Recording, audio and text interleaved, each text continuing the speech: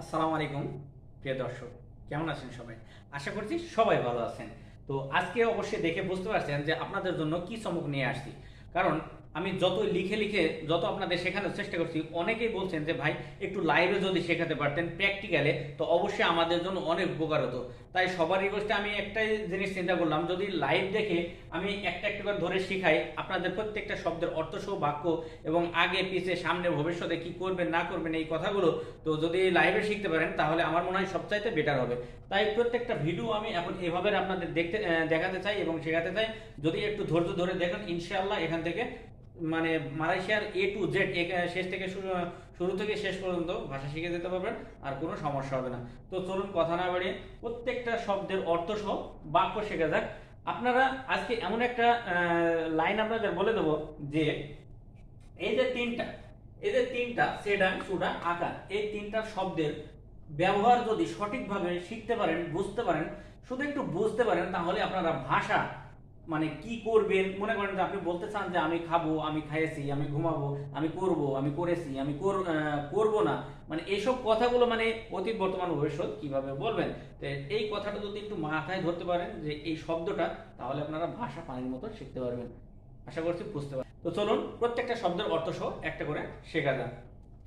এই যে দেখুন, এখানে যে আছে সেডা, সুডা এবং আকার, এই তিনটার ব্যবহার আজকে শিখে যাবেন, ভাষা পানির মতো বুঝতে পারবেন।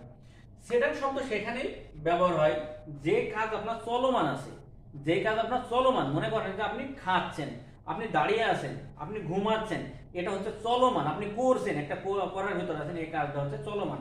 যে কাজটা চলমান অবস্থায় বোঝায় সেখানে বোঝায় হচ্ছে সেডান, সেটা হচ্ছে সেডান। তো মনে করেন আপনি আমাকে সাপোজ আপনাকে আমি বলছি যে আপনি বলতে চান যে আমি খাচ্ছি, মানে আপনি খাইতে আছেন, অলরেডি খাওয়ার মধ্যে আছেন, এটাই খাচ্ছেন। তো আমি খাচ্ছি, তাহলে কি বলবেন এখানে, ছায়া আমি খাচ্ছি। তাহলে এখানে হয় দেখুন, এক নম্বর সেডান শব্দের ব্যবহারটা আপনাকে শিখে দিই। যেমন আপনি বলতে চান আমি খাচ্ছি, তাহলে সেডান বলবে, তাহলে সেডান চলমান, তো এখানে বলবে ছায়া,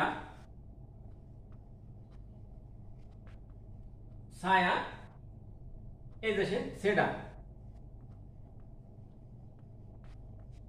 saya sedang makan,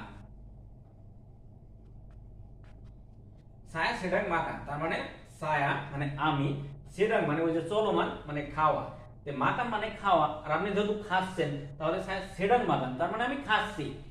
এখানে যদি বলতে চান যে আমি খেয়েছি, মানে অলরেডি আপনি খেয়েছেন, তাহলে ভাষাটা কি হয়, যেমন এই যে সুডা, এই সুডা শব্দ সেখানে ব্যবহার হয় যেটা আপনি অলরেডি করে ফেলেছেন, সেই শব্দটাকে বলা হয় সুডা, সেখানে সুডা বসে।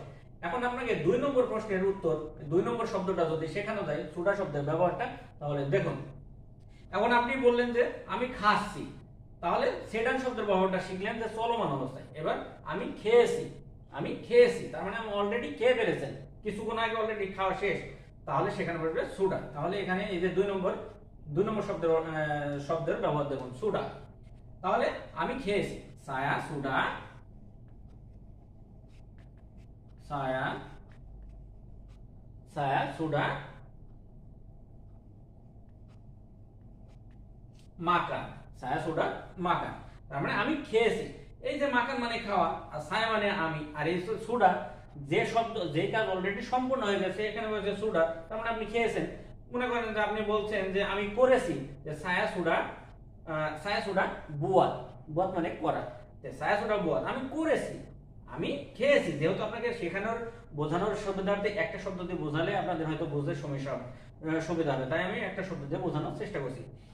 তো বলছেন যে আমি খেয়েছি, saya sudah, এই যে সুডা, এই সুডা বসে গেছে, saya sudah makan আমি খেয়েছি। এখানে বললেন যে saya sedang, এই যে sedang makan আমি খাচ্ছি, আমি খাচ্ছি, saya sudah makan আমি খেয়েছি।